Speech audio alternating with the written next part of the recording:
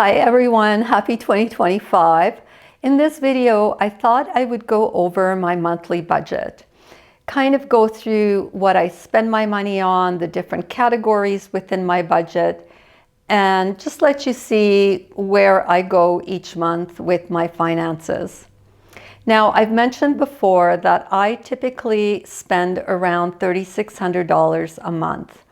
Of course, this year I may have to reevaluate that. I'm not sure. It will probably take the month of January for me to really truly figure things out. But I'm going to work with that number because that's what more or less has worked for me.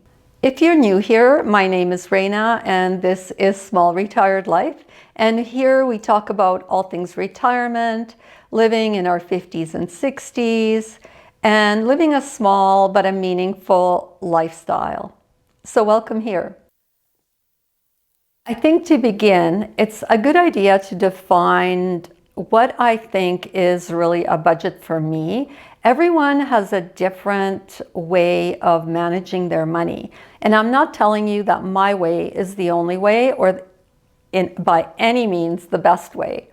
It really kind of depends on a lot of factors, like how much money do you bring in? How many people are in your household? Even things like where do you live? So my budget is focused on the fact that I live in Calgary, in Alberta, Canada. So I live in a very cold climate. And there's expenses that I may have that some of you may not have, like for example, heating my home. It's very expensive to heat our homes here in the winter because it can get down to -30 or -36 or even colder sometimes. Things like fruits and vegetables are very expensive here in the winter. Everything has to be brought in. Clearly, we can't grow anything here in the winter unless it's in a greenhouse. Things that come from the greenhouses, such as tomatoes, are very expensive. So those are all things that are taken into consideration when you're building your budget. Some of the things that I do is I track my expenses. I don't track every single little dollar like some people do, but I try and track most things so that I have an idea of how much money I actually spend. If you have a good idea of how much money you spend, then you can actually build a really good budget. The next things is that I prioritize the needs, the necessities first, and then I look at the other things that are maybe more on the want level, or sometimes they're needs as well, but they're the type of thing that if all of a sudden you went broke, you could cancel and do without. So in my budget, I have the fixed costs first. So these are costs like my condo fees, my insurance, things that I absolutely need to have some level of a decent house in my city. The second part of my budget are things that are still needs. For example, gasoline for my car, medical expenses such as dental and, prescriptions, going to the hairdresser, gifts, things that maybe I'm not paying every single month, but I have an allotted amount of money for each month that I put aside to plan for things that will need to be purchased or acquired or paid for in some of those categories. Thirdly, I have a category for things like subscriptions. So for example, my Kindle Unlimited or my Amazon Prime, my Apple Music, my YouTube, things like that, where those aren't needs. They're things that I enjoy, however, and I want to have in my budget. I understand that some people do not have the money to pay for some of these things, but when I retired, I made sure I had enough money in my budget to cover some of these kind of want type categories that just make my life a little bit more fun and give me some entertainment on a week-to-week basis. Finally, I have a category for pure fun. This is like going to the restaurant with my sister or buying something that's not a need at all, but it's something that I really desire and that makes me happy. So that's my fun category. And I would say that having a fun category makes your budget a little bit more realistic, unless we have to be super strict. So in other words, you are on such a limited income that you have to watch every single penny carefully. And there's many people like that. I totally get that. I make sure that I do budget a little bit of fun into my budget so that I don't kind of just throw everything out the window and then not follow a budget at all. I try and shop smart and I plan for things like my meals. I do a little bit of meal planning, but I don't go crazy. I don't drive all over the place looking for the best deal.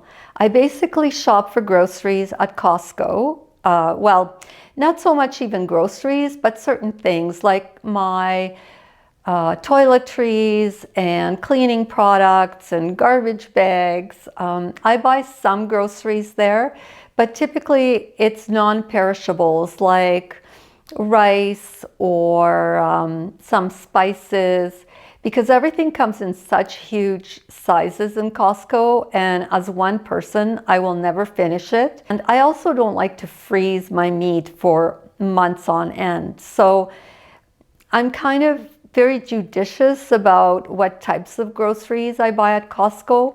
A lot of my groceries I shop for at Safeway or at Co-op and buy my groceries in more manageable sizes. I do take advantage of things like seniors discounts, for example. So I'm not considered a senior yet in Canada because I am not 65. But there are places here that do give discounts starting at the age of 55 or the age of 60. Just to clarify a couple of things before I start, I'm giving you all of the amounts in Canadian dollars, and the conversion for Canadian dollars to US is 69 cents. So our dollar is worth substantially less than a US dollar currently. Also, just some of the totals that I give you are rounded up, rounded down by a few dollars here and there. I'm kind of adding things up as I'm going along here, so I'm not 100% right on, but hopefully you'll forgive these little discrepancies. But essentially, if I say, for example, that my fixed costs are $1,944, they could be $1,950, they could be $1,945, but more or less they're within that range, within about a $10 plus or minus. So hopefully that is clarified. And also, just to clarify that all of these expenses are paid out of my investment income. These do not come out of any kind of YouTube income that I get during the month. All right, so let's start with the different categories. Now, I will have to refer to my trusty little iPad every now and then, so forgive me for looking down to remember some of these amounts. And I will try to list them in somewhere in this blank space. This is why I chose this background, so that I have some room to hopefully be able to write down some things. So my condo fees are $427. And this section is my fixed cost section. So these are expenses that I have every single month. And they're kind of difficult to cut back on because some of them are set in stone, whereas others I'm kind of basing off the previous year's expense and giving an approximate value. But my condo fees are $427 a month, and these are set for all of 2025. My insurance, which is my property insurance and my car, is $130 a month. And that covers all of my car insurance, which is very inexpensive because I drive an older car. And it also covers my interior possessions. So My condo fees will cover the rebuilding side of things, but if I was to get robbed or I had a fire and had to replace the interior of my unit, that's covered by my insurance, my property insurance. My property taxes are $294 a month, and that is set by the City of Calgary. That changes year to year, but for this year it is $294 a month. My mobile phone is $101 a month. Okay, in Canada, for all you American folks that think that's outrageous, in Canada, we have some of the highest costs in the world for mobile phone services and internet. It is absolutely atrocious. We don't have anything like Mint Mobile, or none of that stuff exists here.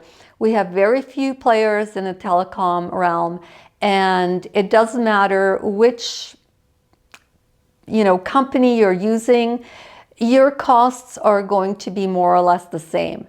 My mobile costs include my telephone, because I had to get a new phone a few months back, and it's amortized with my payments over the course of the year. The reason I do this is because it's actually cheaper to do that than to buy the phone outright from Apple. I use Apple because all of my electronics are Apple, and that's what I use for my business. Now, I am allowed to write some of these costs off, but essentially I need to pay for my phone, and it's $100 a month for the mobile plan and the actual device. My internet is $100 a month. This is the lowest plan that I can find.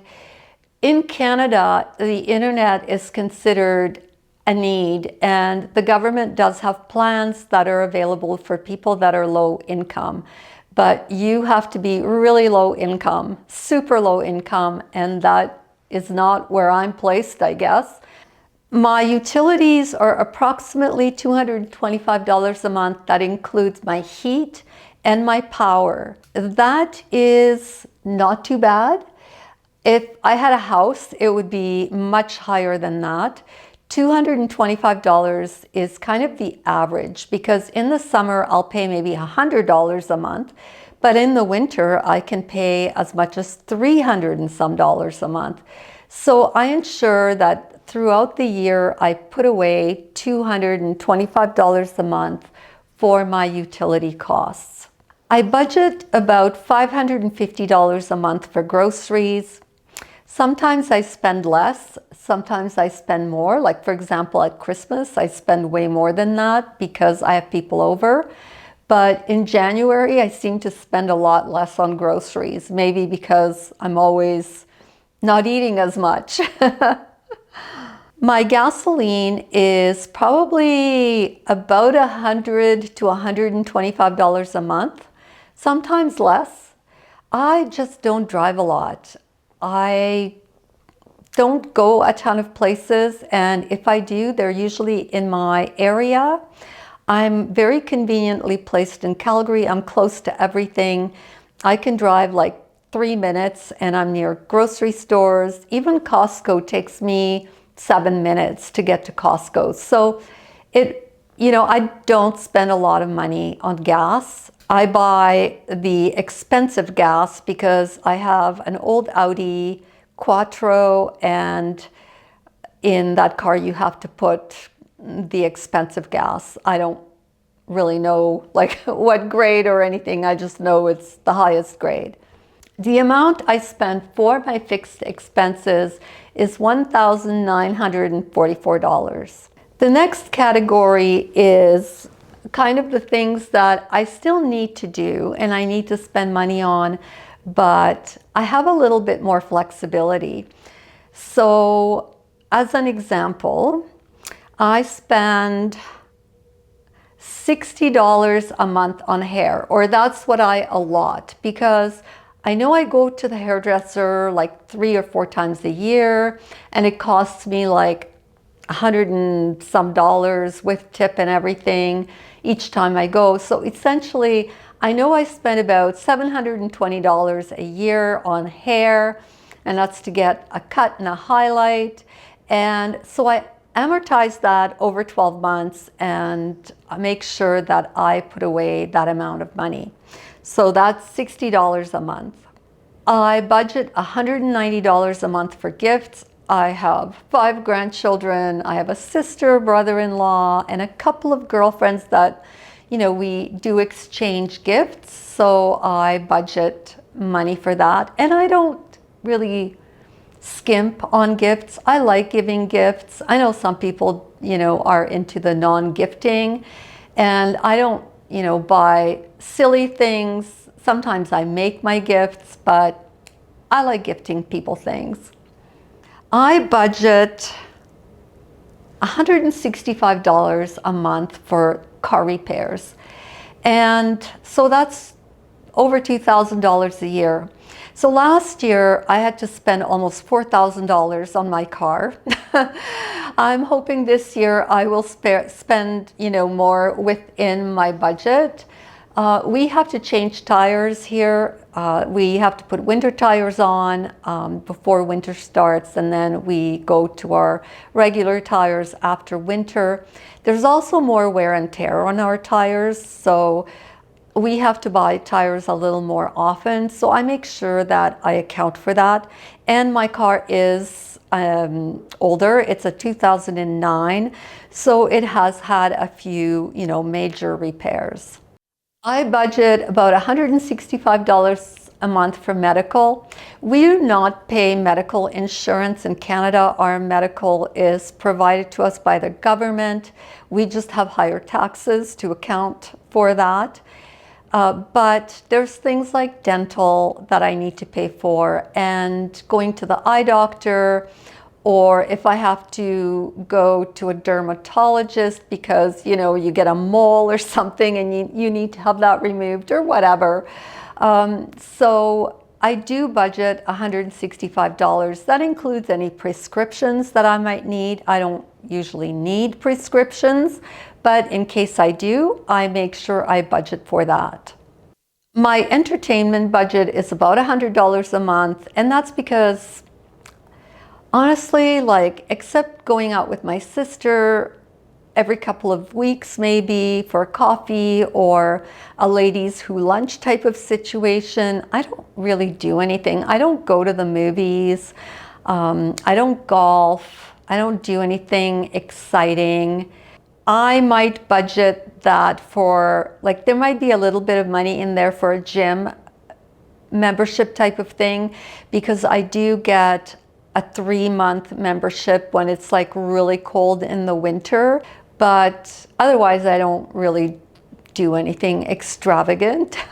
I budget about $100 a month for household. So that's things that maybe break around the house, or if I need to call a plumber in. I did need to call a plumber in. It wasn't an expensive bill, thank goodness. It was like a $200 bill, but I had money in my household budget because I put away $100 a month for that. I love buying books. I think I've talked about that, and I do budget $30, $40 a month for buying books and the odd magazine. I don't buy a lot of magazines, and I tend to use the library app as well, so I can look at magazines online, and that's free. But every now and then, if I want to buy something, I have that little bit of cash set aside for that. I also set aside money for clothing. I set aside $150 a month. As you all know, I do enjoy buying the odd sweater now and then. I have my different subscriptions. So I have a YouTube subscription, and that is, I have the YouTube, what is it called? I should know this since I do YouTube. The YouTube Premium, so I have no ads when I'm watching the videos, and it's with taxes and everything $18. Some of my subscriptions, I need to point out, they are actually a business expense, and so I do get to deduct a lot of things now because YouTube is a business, but I can only deduct it from the YouTube income, so not from my regular day-to-day income. I also have a monthly Apple Music subscription that's $11 a month. And I have a Kindle Unlimited subscription, which is, books that you can kind of borrow from the Kindle library, and that you can borrow as many as you want in a month, and it's $11. I have Apple iCloud, which is $4 a month, although I may have to increase that, I don't know. My Amazon Prime is $11 a month, and Globe and Mail is the newspaper that I read every day. It's one of our Canadian papers, and I pay $6.21 a month for that. My expenses for subscriptions are $63 a month in total, and my expenses for that kind of a need but a little more flexible category is $960 a month. So in total, my actual expenses come out to $3,000 a month. Now, I've mentioned I set aside $3,600 a month as a budget, and that's because I add on an extra $600 a month into my budget. And that is because I want to be prepared for any kind of eventuality. For example, like last year, I had a $4,000 car repair bill, which was way over my regular budget. So I want to be prepared for those types of things. I also want to take advantage of any fun stuff. So for example, if someone was to plan a quick trip and I wanted to join in, that extra $600 a month saves up for some of these things. Or if I want to buy something that's particularly expensive and that I really covet and want, then I have that extra money. I decided that once I retired, even though I do count my pennies, I want to have some money that I have a little bit of flexibility with. And so that $600 extra a month into my budget allows for that.